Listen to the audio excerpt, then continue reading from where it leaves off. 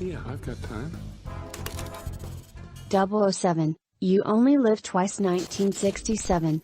A review reads, "You have to give screenwriter Roald Dahl credit for coming up with a totally bonkers pre-title sequence that really set the tone perfectly for the rest of the movie. The opening scene shows a NASA spacecraft being stolen by another larger ship, which opens up and swallows it. As it closes up, it cuts the tether of the poor astronaut working on the NASA vessel, condemning him to a cold, lonely death in the vacuum of space." 9, 8, 7, 6, 5, 4, 3, 2, 1, 0. Ignition, liftoff. Semper Fi, aim high. Go Falcon, go Dragon.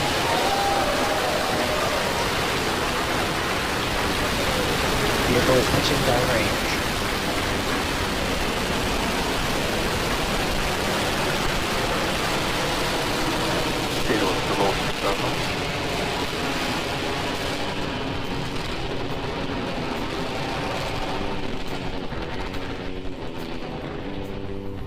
T plus 30 seconds. Falcon 9 with the Crew Dragon capsule is heading east from pad 39A. Everything looking good right now. As we get ready for max dynamic pressure, we are now throttling down the first stage engines on the Falcon power 9. and telemetry nominal. Everything continues to look good. We're approaching the period of maximum dynamic pressure. Vehicle is supersonic and passing through maximum dynamic pressure. You heard we're supersonic, we're through max Q. We're getting ready now to throttle the engines back up on the first stage. Compressor. Stage 1, throttle up. There's the call out.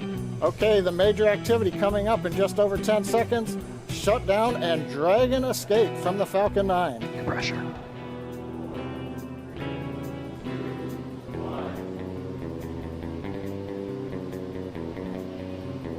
Miko, Dragon launch escape initiated.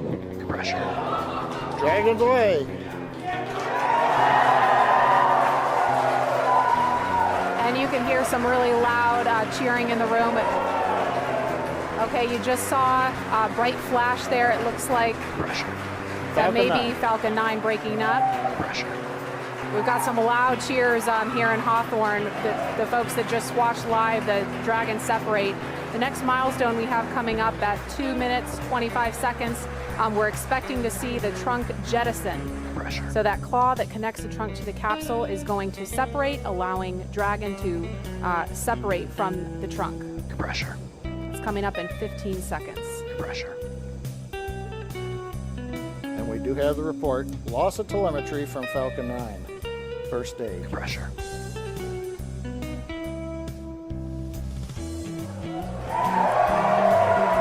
And there you just saw the trunk jettison. Again, some really loud cheers here in Hawthorne, California. This test is looking great so far. Nice view from the back of the Dragon capsule. We're also trying to see if we get the view there on the right-hand side from the aircraft that's orbiting the area. Now the Dragon control system is now going to be reorienting the capsule.